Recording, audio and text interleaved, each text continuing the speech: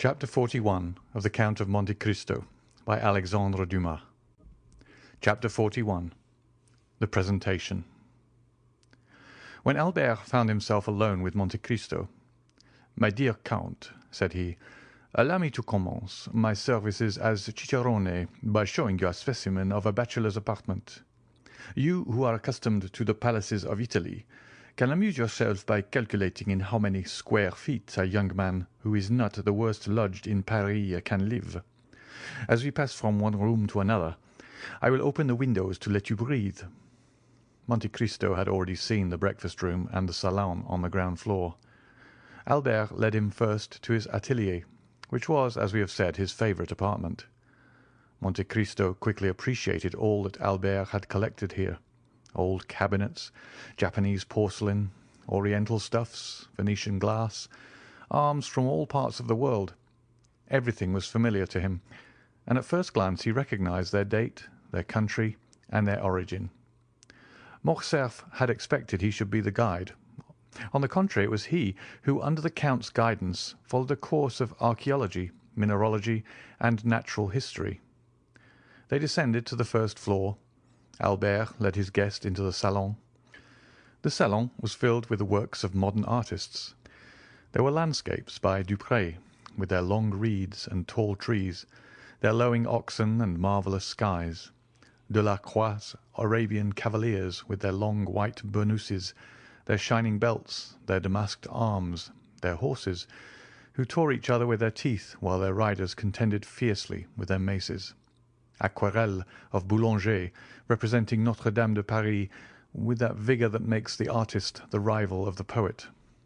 There were paintings by Diaz, who makes his flowers more beautiful than flowers, his suns more brilliant than the sun; designs by Decamps, as vividly coloured as those of Salvator Rosa, but more poetic; pastels by Giraud and Müller, representing children like angels and women with the features of a virgin; sketches torn from the album of Dosat's Travels in the East, that had been made in a few seconds on the saddle of a camel or beneath the dome of a mosque; in a word, all that modern art can give in exchange and as recompense for the art lost and gone with ages long since past. Albert expected to have something new this time to show to the traveller, but to his great surprise, the latter, without seeking for the signatures, many of which, indeed, were only initials, named instantly the author of every picture in such a manner that it was easy to see that each name was not only known to him, but that each style associated with it had been appreciated and studied by him. From the salon they passed into the bedchamber. It was a model of taste and simple elegance. A single portrait, signed by Leopold Robert, shone in its carved and gilded frame. This portrait attracted the Count of Monte Cristo's attention, for he made 3 rapid steps in the chamber and stopped suddenly before it. It was the portrait of a young woman of 5 or 26, with a dark complexion, and light and lustrous eyes, veiled beneath long lashes. She wore the picturesque costume of the Catalan fisherwoman, a red and black bodice, and golden pins in her hair. She was looking at the sea, and her form was outlined on the blue ocean and sky. The light was so faint in the room that Albert did not perceive the pallor that spread itself over the Count's visage, or the nervous heaving of his chest and shoulders. Silence prevailed for an instant, during which Monte Cristo gazed intently on the picture. "You have there a most charming mistress, Viscount," said the Count in a perfectly calm tone. "And this costume, a ball costume, doubtless becomes her admirably." "Ah, monsieur," returned Albert, "I would never forgive you this mistake if you had seen another picture besides this. You do not know my mother. She it is whom you see here. She had her portrait painted thus 6 or 8 years ago. This costume is a fancy one, it appears, and the resemblance is so great that I think I shall see my mother the same as she was in 1830. The Countess had this portrait painted during the Count's absence. She doubtless intended giving him an agreeable surprise, but, strange to say, this portrait seemed to displease my father, and the value of the picture, which is, as you see, one of the best works of Leopold Robert, could not overcome his dislike to it. It is true, between ourselves, that Monsieur de Morcerf is one of the most assiduous peers at Luxembourg, a general renowned for theory, but a most mediocre amateur of art. It is different with my mother, who paints exceedingly well, and who, unwilling to part with so valuable a picture, gave it to me to put here, where it would be less likely to displease Monsieur de Morcerf, whose portrait, by Gros, I will also show you. Excuse my talking of family matters, but as I shall have the honour of introducing you to the Count, I tell you this to prevent you making any allusions to this picture. The picture seems to have a malign influence, for my mother rarely comes here without looking at it, and still more rarely does she look at it without weeping. This disagreement is the only one that has ever taken place between the Count and Countess, who are still as much united, although married more than 20 years, as on the first day of their wedding. Monte Cristo glanced rapidly at Albert, as if to seek a hidden meaning in his words, but it was evident the young man uttered them in the simplicity of his heart. "Now," said Albert, "that you have seen all my treasures, allow me to offer them to you, unworthy as they are. Consider yourself as in your own house, and to put yourself still more at your ease, pray accompany me to the apartments of Monsieur de Morcerf, he whom I wrote from Rome an account of the services you rendered me, and to whom I announced your promised visit. And I may say that both the Count and Countess anxiously desire to thank you in person. You are somewhat blasé, I know, and family scenes have not much effect on Sinbad the sailor, who has seen so many others. However, accept what I propose to you as an initiation into Parisian life, a life of politeness, visiting, and introductions." Monte Cristo bowed without making any answer. He accepted the offer without enthusiasm and without regret, as one of those conventions of society which every gentleman looks upon as a duty. Albert summoned his servant and ordered him to acquaint Monsieur and Madame de Morcerf of the arrival of the Count of Monte Cristo. Albert followed him with the Count. When they arrived at the antechamber, above the door was visible a shield, which by its rich ornaments and its harmony with the rest of the furniture indicated the importance the owner attached to this blason. Monte Cristo stopped and examined it attentively. "Age or 7 merlets, or placed bender," said he. "These are doubtless your family arms. Except the knowledge of blasons that enables me to decipher them, I am very ignorant of heraldry. I, a count of a fresh creation, fabricated in Tuscany by the aid of a commandery of St. Stephen, and who would not have taken the trouble had I not been told that when you travel much it is necessary. Besides, you must have something on the panels of your carriage to escape being searched by the custom-house officers. Excuse my putting such a question to you." "It is not indiscreet," returned Morcerf, with the simplicity of conviction. "You have guessed rightly. These are our arms, that is, those of my father. But they are, as you see, joined to another shield, which has Jules, a silver tower, which are my mother's. By her side I am Spanish, but the family of Morcerf is French, and I have heard one of the oldest of the south of France." "Yes," replied Monte Cristo, "these blasons prove that.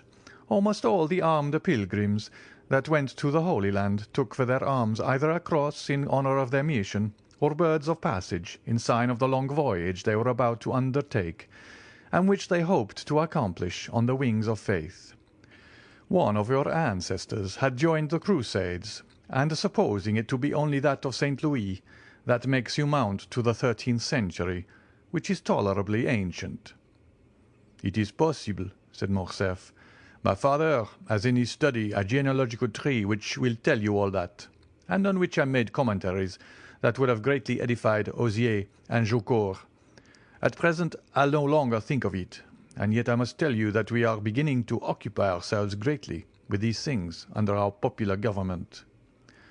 "Well, then, your government would do well to choose from the past something better than the things that I have noticed on your monuments, and which have no heraldic meaning whatever. As for you, Viscount," continued Monte Cristo to Morcerf. "You are more fortunate than the government, for your arms are really beautiful and speak to the imagination. Yes, you are at once from Provence and Spain. That explains if the portrait you showed me be like the dark hue I so much admired on the visage of the noble Catalan." It would have required the penetration of Oedipus or the Sphinx to have divined the irony the Count concealed beneath these words, apparently uttered with the greatest politeness. Morcerf thanked him with a smile and pushed open the door above which were his arms, and which, as we have said, opened into the salon. In the most conspicuous part of the salon was another portrait. It was that of a man, from 5 to 38, in the uniform of a general officer, wearing the double epaulette of heavy bullion that indicates superior rank, the ribbon of the Legion of Honour around his neck, which showed he was a commander, and on the right breast the star of a Grand Officer of the Order of the Saviour, and on the left that of the Grand Cross of Charles III, which proved that the person represented by the picture had served in the wars of Greece and Spain, or what was just the same thing as regarded decorations, had fulfilled some diplomatic mission in the two countries. Monte Cristo was engaged in examining this portrait with no less care than he had bestowed upon the other, when another door opened, and he found himself opposite to the Count of Morcerf in person. He was a man of 40 to 45 years, but he seemed at least 50, and his black moustache and eyebrows contrasted strangely with his almost white hair, which was cut short in the military fashion. He was dressed in plain clothes, and wore at his buttonhole the ribbons of the different orders to which he belonged. He entered with a tolerably dignified step and some little haste. Monte Cristo saw him advance towards him without making a single step. It seemed as if his feet were rooted to the ground and his eyes on the Count of Morcerf. "Father," said the young man, "I have the honour of presenting to you the Count of Monte Cristo, the generous friend whom I had the good fortune to meet in the critical situation of which I have told you." "You are most welcome, monsieur," said the Count of Morcerf, saluting Monte Cristo with a smile. "And monsieur has rendered our house in preserving its only heir a service which ensures him our eternal gratitude." As he said these words, the Count of Morcerf pointed to a chair, while he seated himself in another opposite the window. Monte Cristo, in taking the seat Morcerf offered him, placed himself in such a manner as to remain concealed in the shadow of the large velvet curtains, and read on the careworn and livid features of the Count a whole history of secret griefs written in each wrinkle time had planted there. "The Countess," said Morcerf, "was at her toilette when she was informed of the visit she was about to receive. She will, however, be in the salon in 10 minutes." "It is a great honour to me," returned Monte Cristo, "to be thus, on the first day of my arrival in Paris, brought in contact with a man whose merit equals his reputation, and to whom fortune has for once been equitable. But has she not still on the plains of Metige, or in the mountains of Atlas, a marshal's staff to offer you?" "Oh," replied Morcerf, reddening slightly, "I have left the service, monsieur. Made a peer at the Restoration, I served through the first campaign under the orders of Marshal Bourmont. I could, therefore, expect a higher rank, and who knows what might have happened had the elder branch remained on the throne. But the Revolution of July was, it seems, sufficiently glorious to allow itself to be ungrateful, and it was so for all services that did not date from the imperial period. I tendered my resignation, for when you have gained your epaulettes on the battlefield, you do not know how to manoeuvre on the slippery grounds of the salon. I have hung up my sword and cast myself into politics. I have devoted myself to industry. I studied the useful arts. During the 20 years I served, I often wished to do so, but I had not the time." "These are the ideas that render your nation superior to any other," returned Monte Cristo. a gentleman of high birth, possessor of an ample fortune. You have consented to gain your promotion as an obscure soldier, step by step. This is uncommon. Then become general, peer of France, commander of the Legion of Honour. You consent to again commence a second apprenticeship, without any other hope of any other desire than that of one day becoming useful to your fellow creatures. This indeed is praiseworthy. Nay, more, it is sublime." Albert looked on and listened with astonishment. He was not used to see Monte Cristo give vent to such bursts of enthusiasm. "Alas," continued the stranger, doubtless to dispel the slight cloud that covered Morcerf's brow, "we do not act thus in Italy. We grow according to our race and our species, and we pursue the same lines and often the same uselessness all our lives."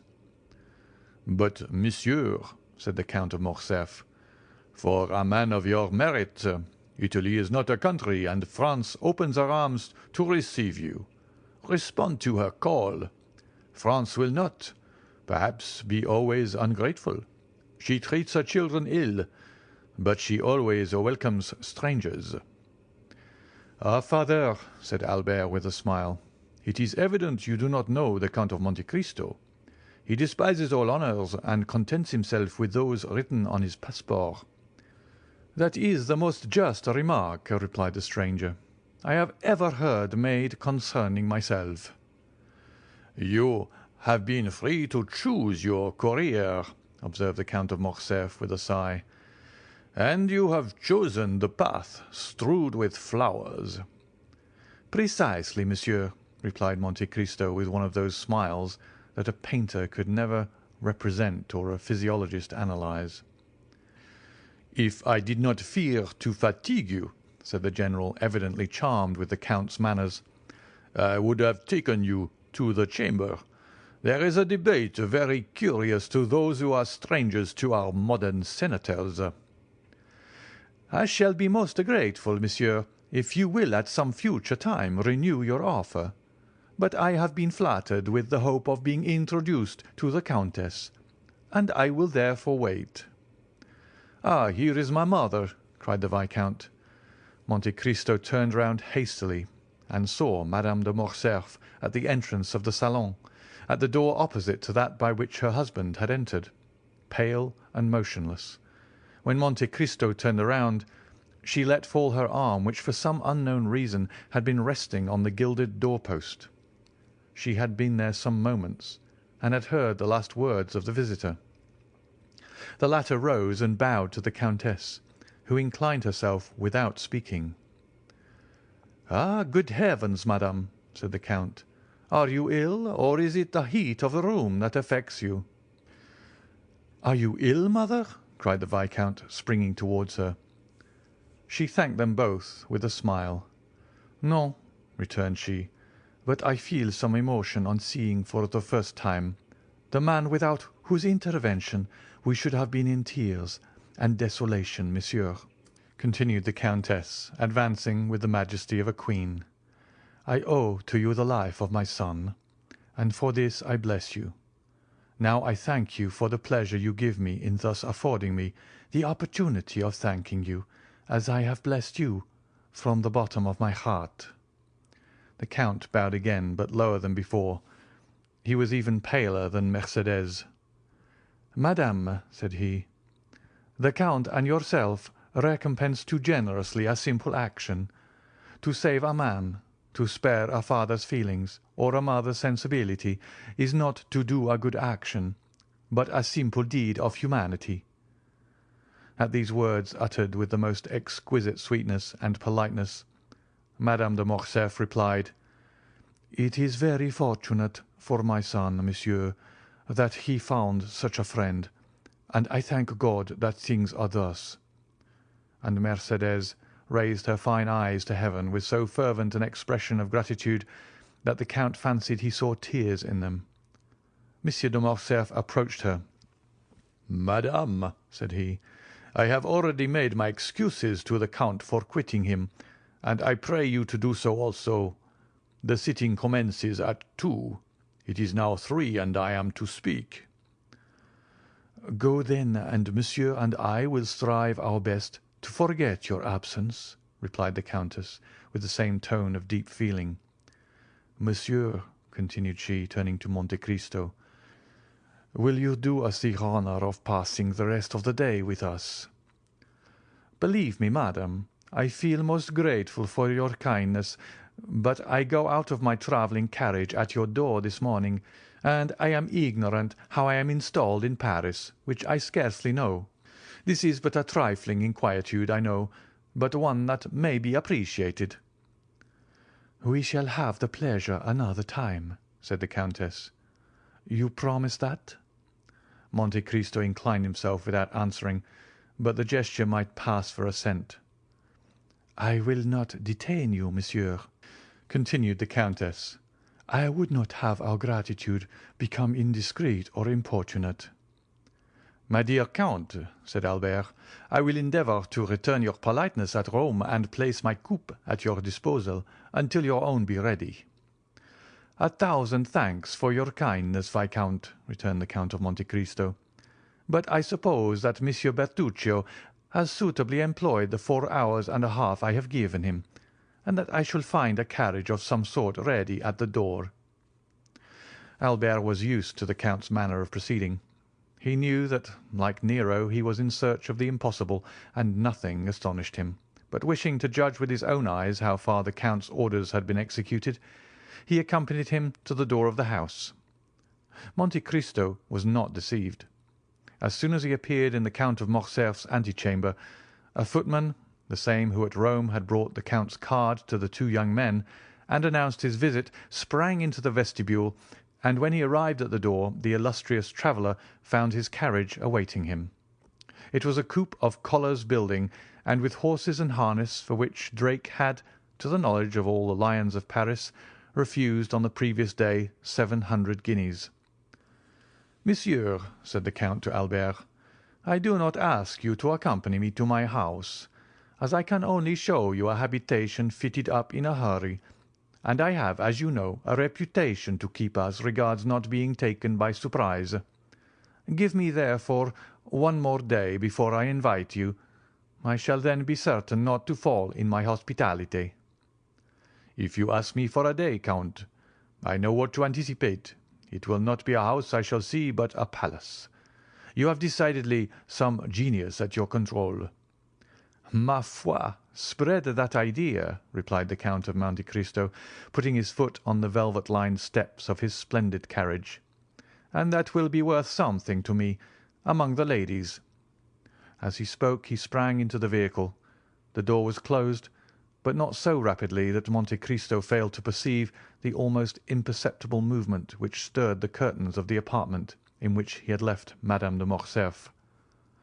When Albert returned to his mother, he found her in the boudoir reclining in a large velvet armchair, the whole room so obscure that only the shining spangle, fastened here and there to the drapery, and the angles of the gilded frames of the pictures showed with some degree of brightness in the gloom.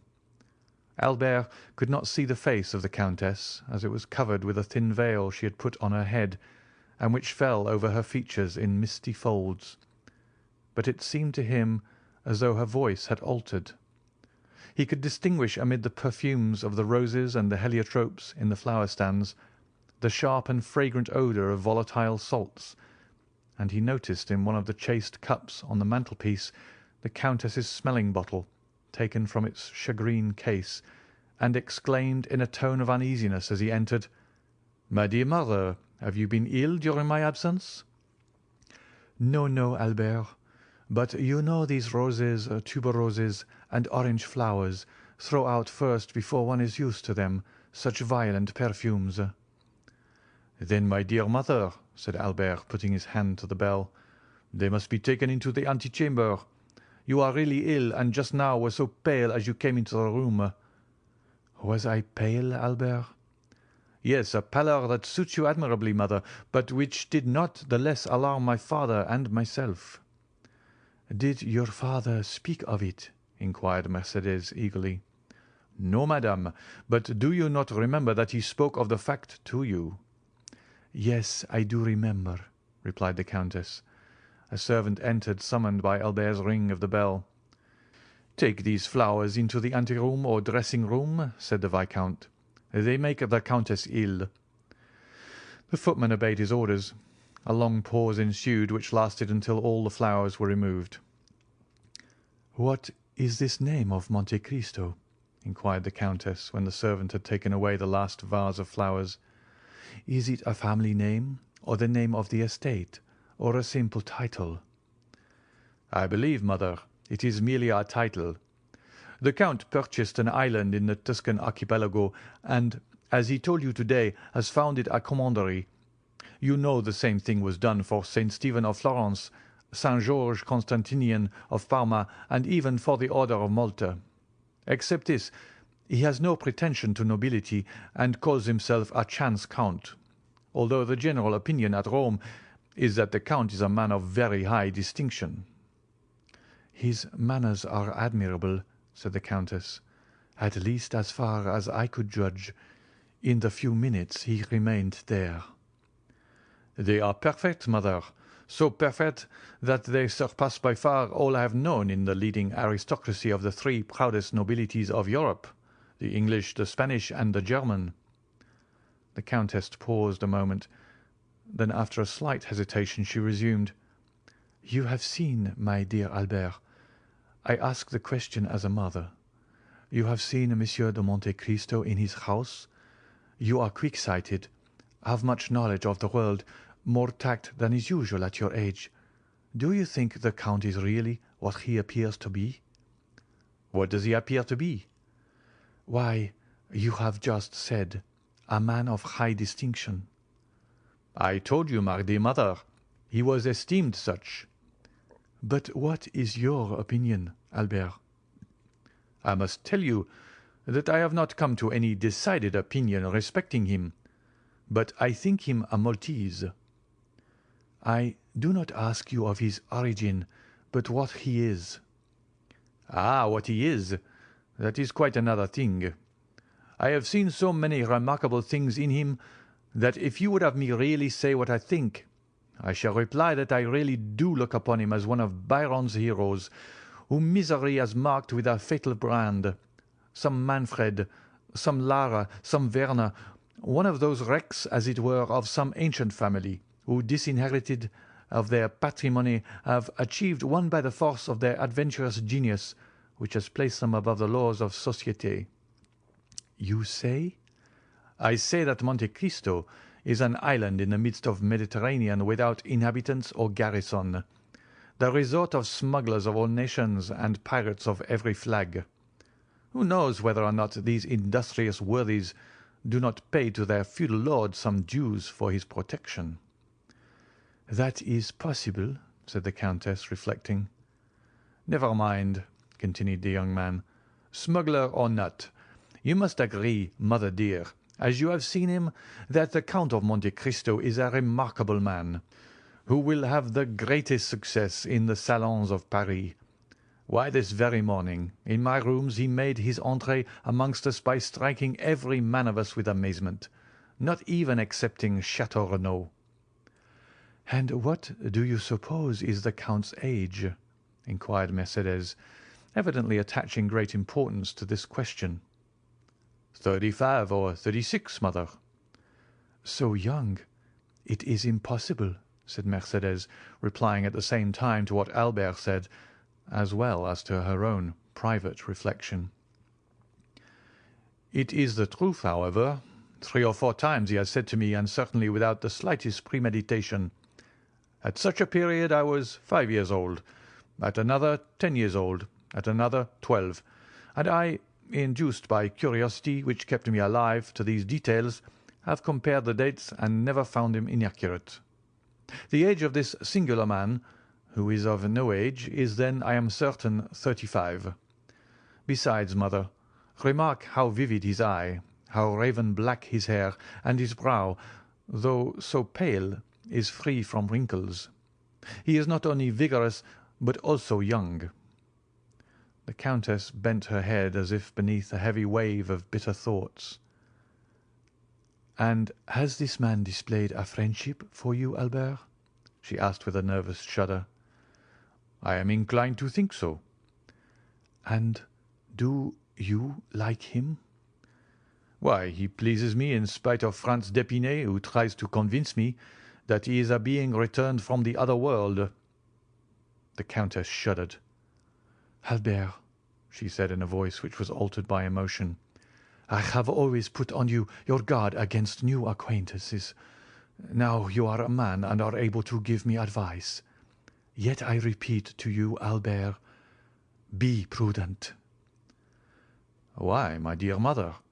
It is necessary, in order to make your advice turn to account, that I should know beforehand what I have to distrust. The Count never plays. He only drinks pure water tinged with a little sherry, and is so rich that he cannot, without intending to laugh at me, try to borrow money. What, then, have I to fear from him?" "You are right," said the Countess, "and my fears are weakness, especially when directed against a man who has saved your life. How did your father receive him, Albert? It is necessary that we should be more than complaisant to the Count. Monsieur de Morcerf is sometimes occupied. His business makes him reflective, and he might, without intending it—" "Nothing could be in better taste than my father's demeanour, madame," said Albert. "Nay, more, he seemingly greatly flattered at 2 or 3 compliments which the Count very skilfully and agreeably paid him, with as much ease as if he had known him these 30 years. Each of these little tickling arrows must have pleased my father," added Albert with a laugh, "and thus they parted the best possible friends. And Monsieur de Morcerf even wished to take him to the chamber to hear the speakers." The Countess made no reply. She fell into so deep a reverie that her eyes gradually closed. The young man, standing up before her, gazed upon her with that filial affection which is so tender and endearing with children whose mothers are still young and handsome. Then, after seeing her eyes closed and hearing her breathe gently, he believed she had dropped asleep, and left the apartment on tiptoe, closing the door after him with the utmost precaution.